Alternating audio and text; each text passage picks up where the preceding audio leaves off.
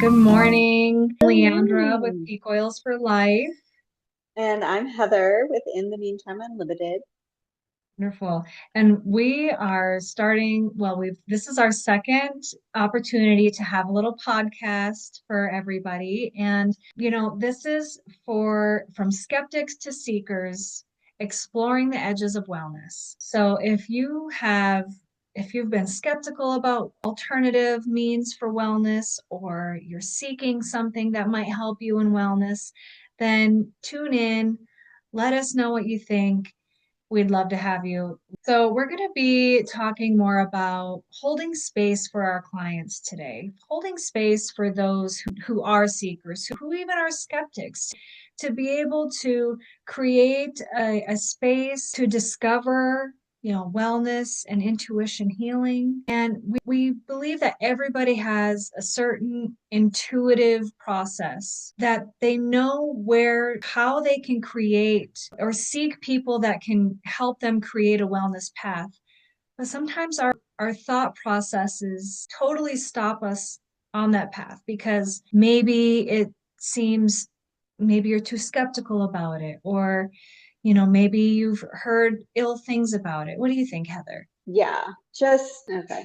I feel like there's just so many things. And I am an explorer. I on this path true too of discovering different options and exploring all these various modalities. There are a lot of modalities out there, and I think it can get overwhelming and confusing to Mhm. people at times when And they we are collectors of modalities. yeah, I am definitely. I'm unapologetically and unabashedly collecting modalities this year, and I'm okay with that because I'm exploring while I'm collecting. I'm trying different things and seeing if those are the right ones for me because I think again, there's so many different options out there, and not everything is right for everyone, or not everything is right for everyone at every time. So what might not be a good fit at some point may be like the perfect fit 6 months down the road or something like that. So, a little bit with your background, Heather, what brought you into what you're doing now? Again, I was a nurse for a while. I've always been into health and wellness. And then I sort of took some time off, raised some kids. And in that part of my life, I discovered that not everything fits in a textbook. And I had to really dive into my own intuition and my own inner guidance when raising my kids and maybe thinking outside the box for them a little bit. It wasn't a traditional upbringing necessarily. So yeah, and then coming full circle, combining those things and helping others as they navigate through these systems. In which you definitely have the passion to do that. And it's so great that you are collecting modalities because then you can help people in such a well-rounded way. And I really love to do that too. I've been practicing massage therapy for 18 years. It has come from a place that I needed to heal physically, was the main thing. And so I was a huge skeptic, actually, of a lot of different modalities. And when I first started in massage, I thought, the energetic side of things didn't really do much. People had their own idea of it. But me knowing that I had my own trauma to deal with, it was difficult for me to come full circle. And it's taken a long time. It's taken 18 years. I got into nutrition as well in 2018. So I got a nutrition degree. And I have really discovered that the more you open yourself up to these other modalities, the more that they can really benefit us in so many different ways. Like you said, it's not just in a textbook. We can't just think that one doctor or one physician is going to help us through everything that we're dealing with. So, having all these years of experience, we really hope that we can create this well-rounded, wellness for people, healing. Right. And so, what that means is we also want to have a client led wellness plan. So, meeting our clients where they are is a very important process because we might be 10 years into an alternative or wellness path when somebody is just beginning theirs. So, start, saying that, okay, well, you need to do this or you need to do that. You need to go get somatic work or you need to go get chiropractic. It's not going to help that person in that time. Guiding them into this path is where what they need, and that's what we want to appreciate. Right. I think also so that involves a lot of listening to them to see where they're at, and not just taking the lead and being like, I know what we need to do, but helping them because they need the buy-in, right? They need to be involved and feel powerful in the process. Exactly. Giving them the choices that they can work with, and then making that choice that seems the best fit for them versus us telling them the choice for them. Right. So, like, there could be, when we are creating this consent-based, client-centered area, there's so many different tools that we can use to align with our clients. Be specific opening rituals or processes that we do in the beginning of our sessions. For me, like in massage, I like people to at least start off with some nice deep breaths, get them comfortable, get them situated in the environment because it can be a very vulnerable state when you're getting a massage. You're Mm-hmm. a lot of people, they don't they're undressed and it's very vulnerable. So having that nice deep breathing in the beginning is always something that I like to incorporate. I do a similar thing as well, both in yoga and both in yoga and in my coaching practice. We definitely ground and do some very intentional breathing just to kind of separate ourselves into this container from the chaos of outside. So Mhm. let's like take this time, you're shifting the situation, bringing everybody down into a grounded state. Again, I do that in both yoga and with my coaching, and just inviting them to co-create that space with you. Sometimes I also have them pull like an oracle card. It just gets the brain. Usually they're oracle cards are not tarot cards. There's no like weird or scary messages. Usually they're very positive, uplifting, or maybe get you thinking about something a little bit more, how something applies. And then that can just be a theme that we carry through the Mhm. entire session. Yeah, I've always appreciated that in your sessions when you did the oracle cards. They were always it always seemed very intuitive, and it really does create that space. Like, that is something to really process, to really think about. So I always appreciate And I like pulling it at the beginning because it gives you then the whole session it. to let it percolate. Exactly. And then we want to have that transparent communication because, like, maybe there might not be somebody, maybe you might have a client that has never heard of oracle cards. They could, Mm-hmm. from a certain religious standpoint in their life where they don't believe in that kind of stuff, but they're willing to seek certain wellness aspects. So having that transparency in your communication, making sure they're okay with it, and just creating that space that can be transformative and not against what they feel or making them uncomfortable. And I think that you do that very well. When we first met doing the vision board class, it was very grounding and the way that you created your space. So that was always lovely. And I definitely love to create that grounding space for people too. I'm just beginning my yoga journey as, almost becoming a teacher now. So having that space for myself is so important. So just to kind of go back to our modalities, like I do massage, nutrition, I'm becoming a yoga teacher, and Heather is an amazing coach, and you do the Yeah. human design.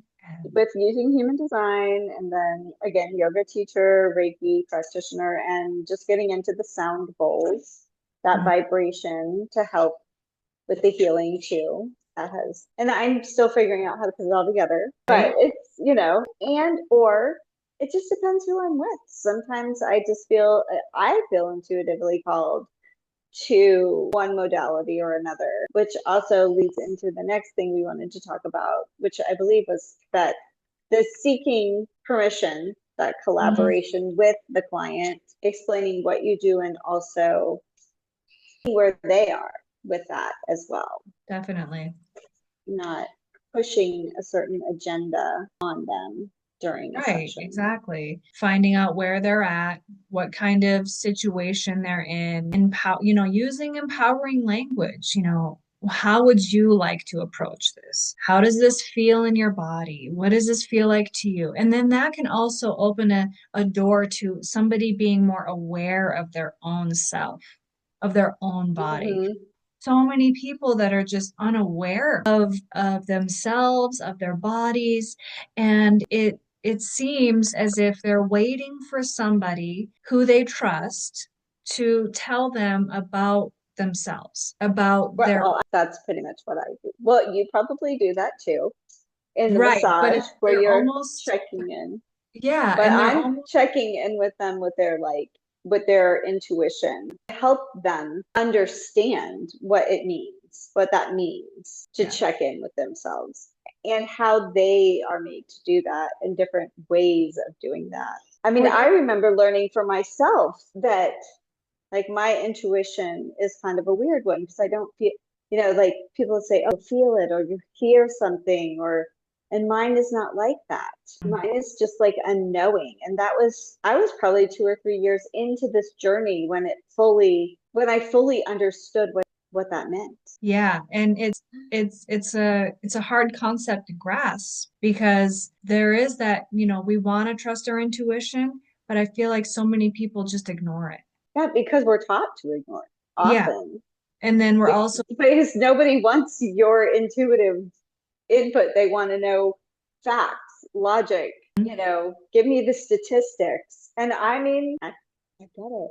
I get it. absolutely. Um, And a lot of and those you, type A people, we can present the things that they need to know to them. We certainly do. Or we can point them in the right direction.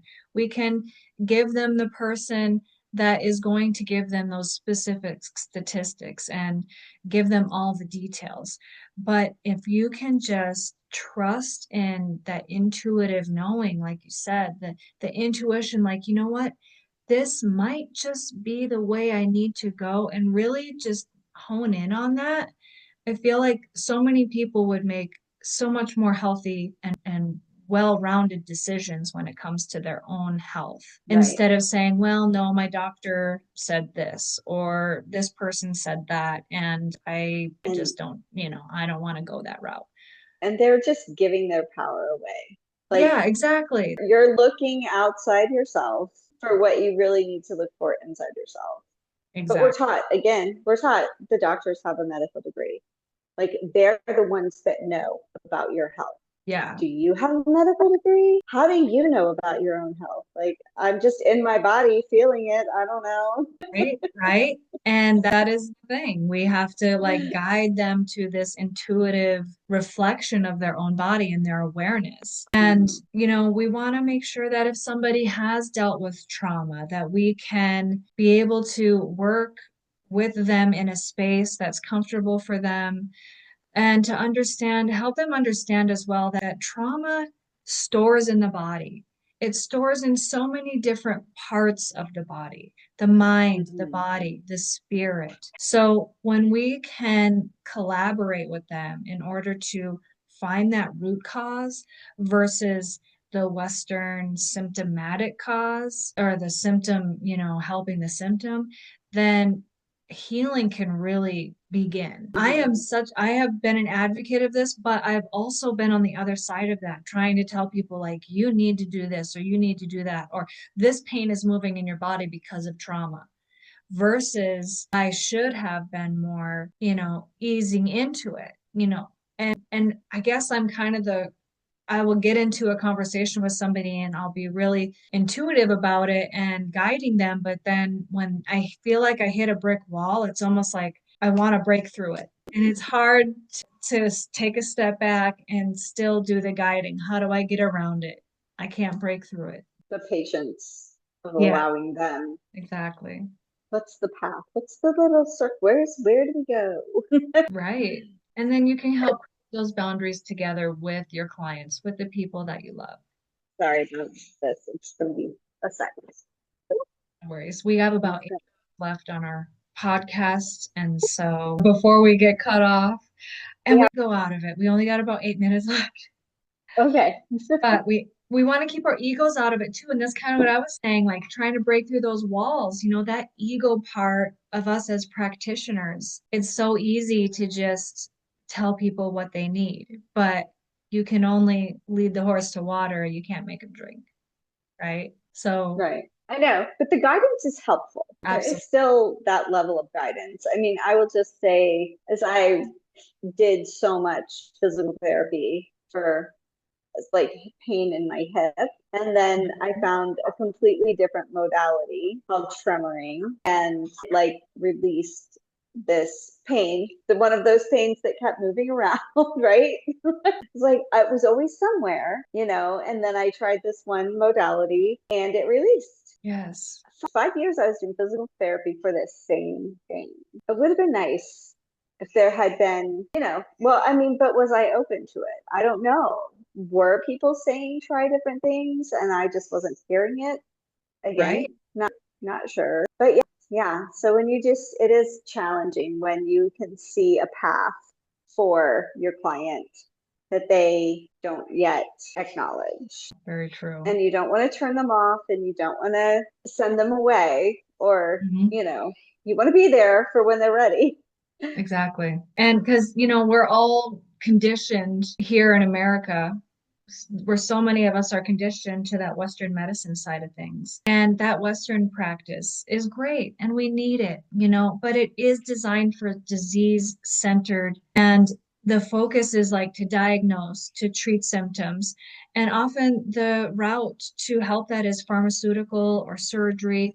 And there has been so many people along the way that I've seen that have, accepted that path and they're not much healthier for it. However, there are, In fact, yeah. got to have the surgeries. Of course, I understand they've got to have like a knee replacement or something. But in holistic healing, it's person centered, it's root centered. We're dealing with the whole being, mind, body, spirit. Right? And I just feel a little compelled to say in that Western medicine route, everyone thinks I'm just going to get the surgery, take the pill, do what the doctor tells me, and it's going to heal me. And Mhm. almost all of those, whatever option you choose, there's some other really recognized side effect to that. And so they just go down a different rabbit hole a lot of times. Yeah.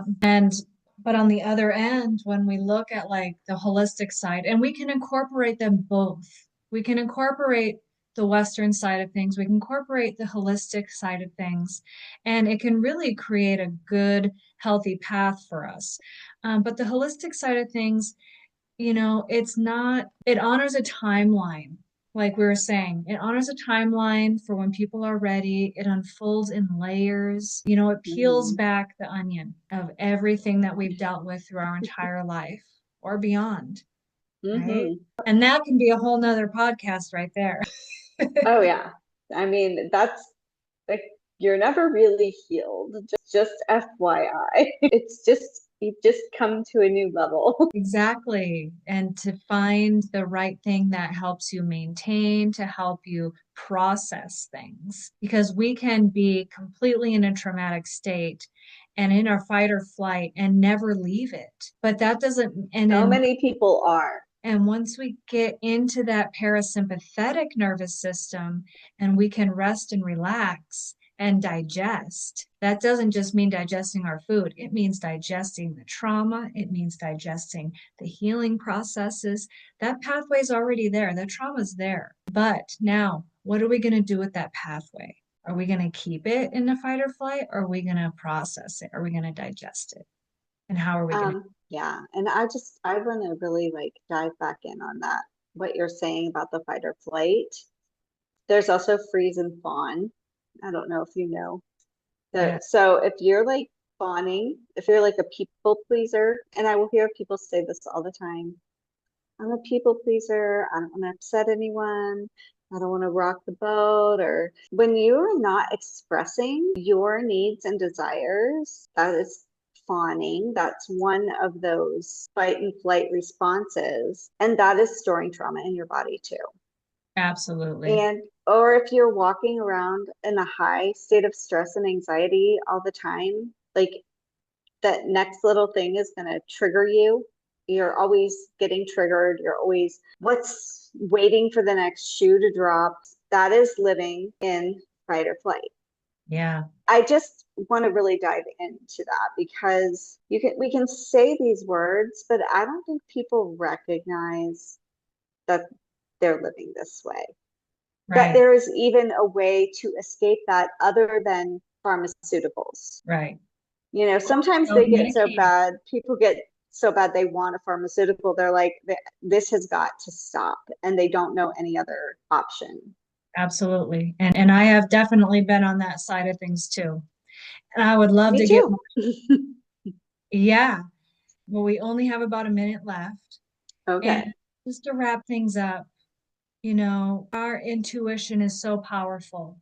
And when we can find the right people to guide us through and into that intuitive knowing and into that path of wellness, then your healing can be exponential. What do you think? Sure.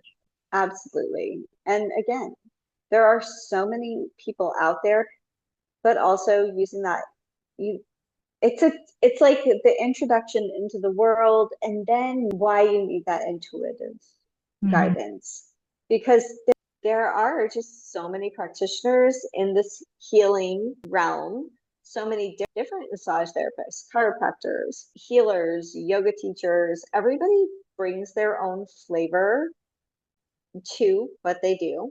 So no one practitioner is going to be the same. Right. And to me, that's why, again, when you dive into this world, having an intuitive practice or being able to maybe choose your practitioners based on some of your own intuition is helpful to help you have that discernment between providers. So, And you're just saying that made me think of something that, you know, a lot of people, they rely on their insurance. And so, of course, they deal with the more Western side of things. And I understand that. But I also would like to put out that you can't afford not to take care of your own wellness, to be in right, control of your own body and your wellness. And just like you were saying, there's so many different alternative and wellness practitioners out there. There's a lot of physicians out there, a lot of doctors, and you have to kind of go through the ones that work for you, that help you along the way. There might be parents who want a pediatrician who doesn't worry, you know, that doesn't push vaccinations. There might be a family practitioner that does, and you're okay with that. So finding that right fit is important. So don't just go to one wellness practitioner, think that they're not the right one for you, and now everybody's not the right one for you. right. You have to do your homework and ensure that you're finding the right wellness team for you specifically. Right. And again, asking the questions using, again, your network, Mhm. your connections to find out if somebody would be a good fit for you because you may have a friend who's seen a certain practitioner and they can tell you, like, that was not going to be a good fit for you. Mhm. Or I think this is going to be a great fit for you right Yeah, now. yeah, You definitely. know, I mean, I've gone to places and one of my friends was just like, I would steer clear of that guy. Just don't, you know, Mhm. because you Mhm. don't always know. One person is just not the same. And so, again, getting out there, not just based on maybe even a Google review, but actually like a personal connection is a great way to help find what can be a good fit for you. Right. And I think finding somebody who you can chat with just right off the bat and ask those questions, because I personally wouldn't want to hire somebody right off the bat and say, well, if I, you know, they charge you so much money just to ask a few questions. That Right. wouldn't really be the right fit for me. Like if I can come and talk to you, have a conversation with you, understand your energy and your vibe, and then Hmm. decide that if I want to use you as a practitioner, that's my ideal of, beginning with somebody. Right. I definitely think that's very helpful. And sometimes it just doesn't feel like the right fit or the right fit at that time. Right, right, exactly. So, And I would rather work with someone, ask me the questions. If you don't maybe agree with something I'm saying, or you're like, well, I'm just skeptical, like, be skeptical. exactly. That's okay. Like, I've been skeptical. I am skeptical about a lot of things. And I would just want to ask the question and have that person answer it to the best of their ability. And Absolutely. also, if you don't believe in what I'm doing, you're probably not going to get the best result Right. or put Yeah. the effort in. Yeah. Because I give homework, as you know, Yes, right? yes. So if you're not thinking it's worth your time or effort, then you're not going to get the results that I want you to get or you want to get, Mhm. right? So trust factor is important Yeah. for And that's sure. where you do have to step out of maybe that comfort zone of, like you were saying, the freezer fawn, and not just go with the flow and actually try to understand what you're going to be doing. But Mhm. yeah, I think that was all really great information. And we do really want to focus on client-centered practices. So if you have any questions with that, you can reach out to Heather or I and just, think on this, maybe journal on are you a skeptic? Are you a seeker? Are you trying to find something that is going to help you on your path? We want to reinforce that healing begins with your permission, not pressure. So if you're coming across a practitioner that feels like it's pressuring you, that might not be the right one for you. Affirm that, you can be guided in the right place and not forced. And, we don't want people who think that they're end all be all, that this, oh, you're going to help me, but you think that you're, the guru of everything, right? So we want to be able to have an open and non-ego centered area. And yeah, just journal and allow your intuition to blossom, I would say. Most definitely. So thank you. Do you have any closing statements, Heather? I don't. I was actually going to see if I had a card in my had my cards in my bag, but I didn't. I was Oh, like, okay, oh, that next might be a time. fun way to close to think of journal about maybe the skepticism or like what makes you not trust or something like that, That would or be, give that trust. what you can do is when we're all done, find your cards and then just take a picture of it and we'll add it to the end of the podcast and have that, we can have that little intuitive journaling aspect for the oracle. So love that. Okay. And thank you so much for joining us. We'll be doing this monthly, unless, of course, we get a lot of people that are really interested. Maybe we'll increase our time and frequency. But thank you so much for joining us and have a Yeah. And are there comments? Do people get to put stuff in the comments Yeah, we should definitely, as well, they wherever we post? post it, there should be on the comments. Like I'll post it on YouTube.